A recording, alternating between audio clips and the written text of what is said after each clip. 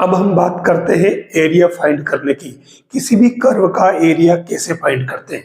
देखिए यहाँ कर्व दे रखा है X Y square equal to 4a² 2a minus X. यहाँ पर जो कर्व दिया ये कर्व आपके y equal to F X form में है, कार्टेशियन फॉर्म में। ये कर्व चाहे किसी फॉर्म में हो, चाहे पोलर फॉर्म में हो, चाहे पैरामेट्रिक फॉर्म में हो, चाहे वो पेडल इक्वेशन की फॉर्म में हो, किसी फॉर्म में हो, हर तरह से अपन एरिया फाइंड कर सकते हैं। बस फॉर्मूला सब में चेंज होता है, लेकिन जो चेंज होता है फॉर्मूला, वो फॉर्मूला भी एक ही फॉर्मूले से चेंज होकर के जाएगा। तो कैसे फॉर्मूला याद रखना है और कैसे क्वेश्चन को सोल्व करके आंसर तक पहुंचना है, देखिए यहां कह रहा है कि कर्व और इसकी एसिम्पटोट्स के बीच का एरिया फाइंड करना है। तो सबसे पहले हमें इस कर्व को ट्रेस करना पड़ेगा, और ट्रेस करने में लंबा चौड़ा काम कुछ भी नहीं है। यहां आप देखो क्लियर दे रखा है कि अगर आप इसमें y इक्वल टू 0 पुट करें, y इक्वल टू 0 पुट करें तो ये टर्म पूरी 0, और इससे आपके x इक्वल टू 2a आ जाएगा। ठीक है, अब ऐसी कंडीशन में अगर आप ध्यान से देखो, ये तो कर दिया अपन ने। अगर मैं सेम ऐसे अगर मैं इसमें x इक्वल टू 0 पुट करूं, x इक्वल टू 0, तो यहां y की वैल्यू क्या आएगी देख लीजिए, y equal to infinite. It means क्या हुआ, y एक्सेस इसका एसिम्पटोट हुआ और कर्व हमारे जो सामने दे रखा है। तो अब अपन इसको डायरेक्ट ट्रेस कर लेते हैं। यहां देखो आप x इक्वल टू 2a पर y 0 है, यानी ये कर्व इस तरीके से यहां हो सकता है। मैं इसे a 2a 0 लिख देता हूं, यहां से जा रहा। अब इसमें देखो x इक्वल टू 0 अगर पुट करोगे तो y इनफाइनाइट आ रहा है। इसका मतलब ये कर्व इस प्रकार से चल रहा है, ध्यान रखना, ये इस तरीके से, ये x एक्सिस के अबाउट सिमेट्रिक होगा। तो क्लियर दे रखा है कि ये आपके y एक्सिस जो है इसका एसिम्पटोट बन गया और ये कर्व हो गया। अब आपको एरिया जो फाइंड करना है, ये वाला एरिया फाइंड करना। हमारे सामने हमारा काम कंप्लीट हो गया है। अब अपन डायरेक्ट एरिया फाइंड करते हैं। एरिया फाइंड करने का जो फॉर्मूला है आपको अगर पता हो तो x equal to a to x equal to b, और ये y dx में कितनी बार बता चुका हूं, तो मैं यहाँ ऊपर वाला एरिया लेकर के डबल कर दूंगा। ठीक है, तो हम इससे सबसे पहले y की वैल्यू निकाल लेते हैं। तो y इक्वल टू क्या आ रहा है, देखो ये आ रहा है 4a² 2a minus x upon x, और इस पूरे का रूट। ये y की वैल्यू आ गई, ये y की वैल्यू अपन यहां पुट कर देंगे। तो अब एरिया जो आएगा वो क्या आ जाएगा, 2 से मल्टीप्लाई करो, और लिमिट आपके क्या है 0 टू 2a। x की क्लियर दे रखी है आपके पास में, डबल इसलिए किया कि ऊपर भी है और नीचे भी है। ठीक है, अब y की वैल्यू पुट कर दो यहां, तो ये क्या हो जाएगा 2a तो बाहर, और ये 2a माइनस एक्स का रूट, और नीचे भी रूट का x, और ये dx। अब आपको इसका इंटीग्रेशन करना है। कैसे करोगे इंटीग्रेशन, अब यहां हमें, क्योंकि क्वाड्रेचर है, हमें एरिया फाइंड करना है, कैलकुलस का पार्ट है, तो इसके अंदर हम एरिया फाइंड करने के लिए एक खास जो फॉर्मूला है उसके बिना आगे नहीं बढ़ पाएंगे। वो फॉर्मूला कौन सा याद आ रहा है आपको, वो है गामा फंक्शन। उसकी जरूरत पड़ेगी। क्यों जरूरत पड़ेगी, गामा फंक्शन तो साइन कोस में है। कैसे, अब यहां हमें डायरेक्ट इंटीग्रेशन नहीं कर पा रहे अपन, तो उस केस में हम x को कुछ लेट करना पड़ेगा। तो ये क्या हो जाएगा, let x equal to 2a sine square theta, ये हो जाएगा dx, और ये 4a sine theta cos theta D theta. पता कैसे चला, क्योंकि हमें कैसे भी करके, और x 2a माइनस एक्स जो है ना, इसमें रूट हटाना, यानी इस टर्म को हमें ऐसे सेट करना कि ये रूट हट जाए। तो मैंने x को ये लेट किया। अब ऐसा करोगे तो यहां पर क्या है कि लिमिट भी तो बदलेगी, यानी जब x इक्वल टू आपके 0 था तो थीटा इक्वल टू 0 आ रहा है, और x equal to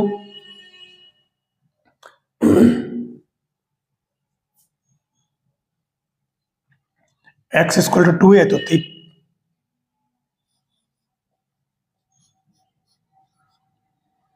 x equal to 2 है तो theta equal to pi by 2। ये हमारे पास लिमिट भी आ गई। अब हम ये वैल्यू इसके अंदर पुट कर लेते हैं।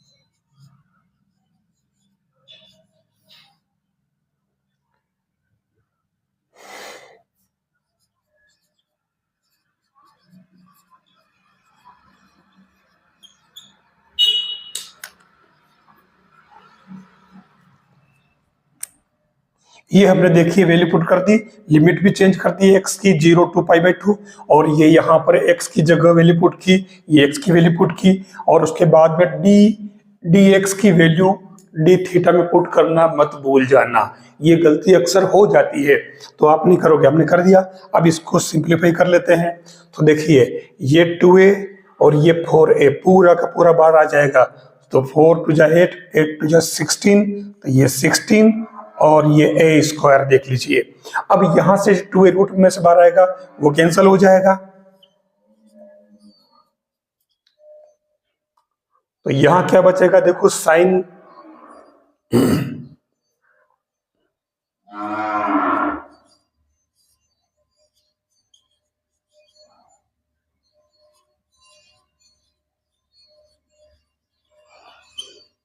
ये देख लीजिए, बस ये इसको सोल्व करते हैं, हमारे पास ये बचा है। ऊपर आपकी केवल कोस बच जाएगा रूट के अंदर, ये वाला पोर्शन पूरा, और नीचे साइन बच जाएगा। 2a से 2a कैंसिल हो जाएगा रूट में, और ये टर्म यूज डाल दी मैंने, 4a पहले मैंने बाहर ले लिया, तो ये साइन से साइन कैंसिल हो जाएगा।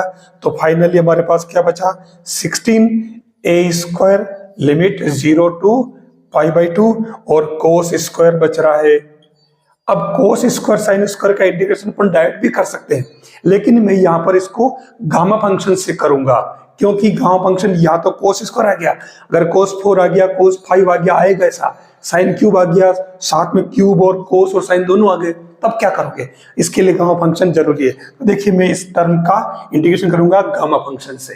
तो हम यहाँ गामा फंक्शन कैसे यूज करते, देखिए फॉर्मूला है गामा फंक्शन का 0 टू π/2, लिमिट फिक्स है, sine power m theta cos power n theta d theta equal to m plus 1/2 n plus 1/2, इसका भी गामा अपॉन 2, और फिर गामा के अंदर m प्लस n प्लस 2/2, ये गामा फंक्शन का फॉर्मूला है।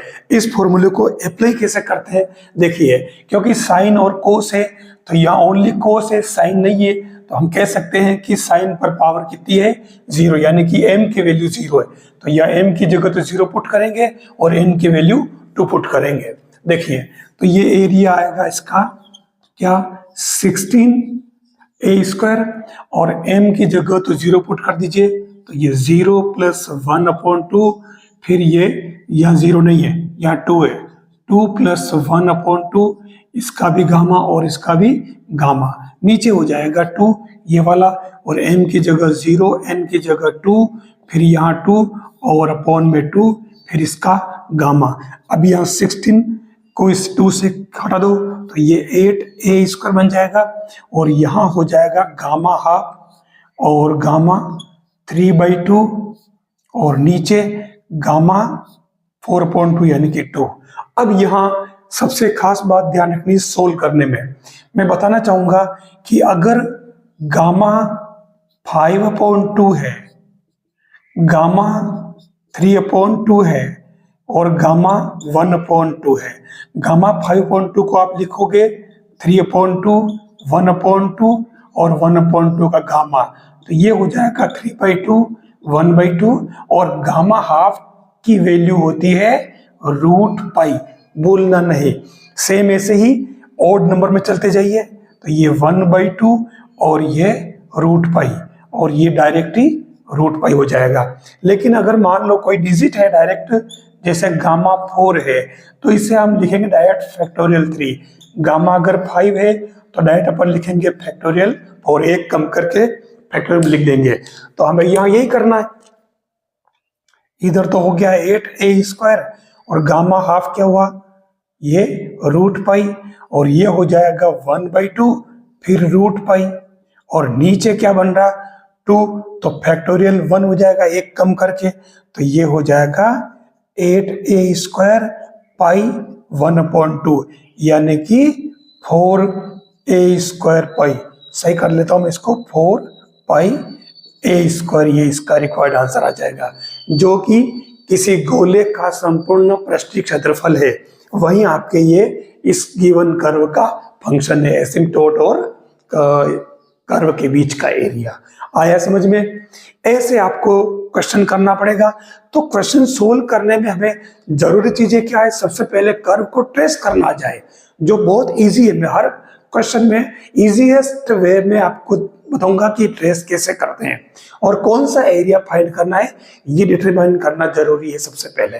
अगर आपको सॉल्यूशन और ट्रिक अच्छा लगा है तो आप जरूर कमेंट करें, ताकि मैं आपको और आगे क्वेश्चन इसके करवा सकूं। पहली बार जुड़े तो भी कमेंट करें, और आप मुझे कहां से देख रहे हैं, ये क्वेश्चन आप जो देखा है आपने पूरा सॉल्यूशन आपने किस स्टेट से किया है या अदर कंट्री से किया है, ये भी आप मुझे कमेंट करके जरूर बताएं।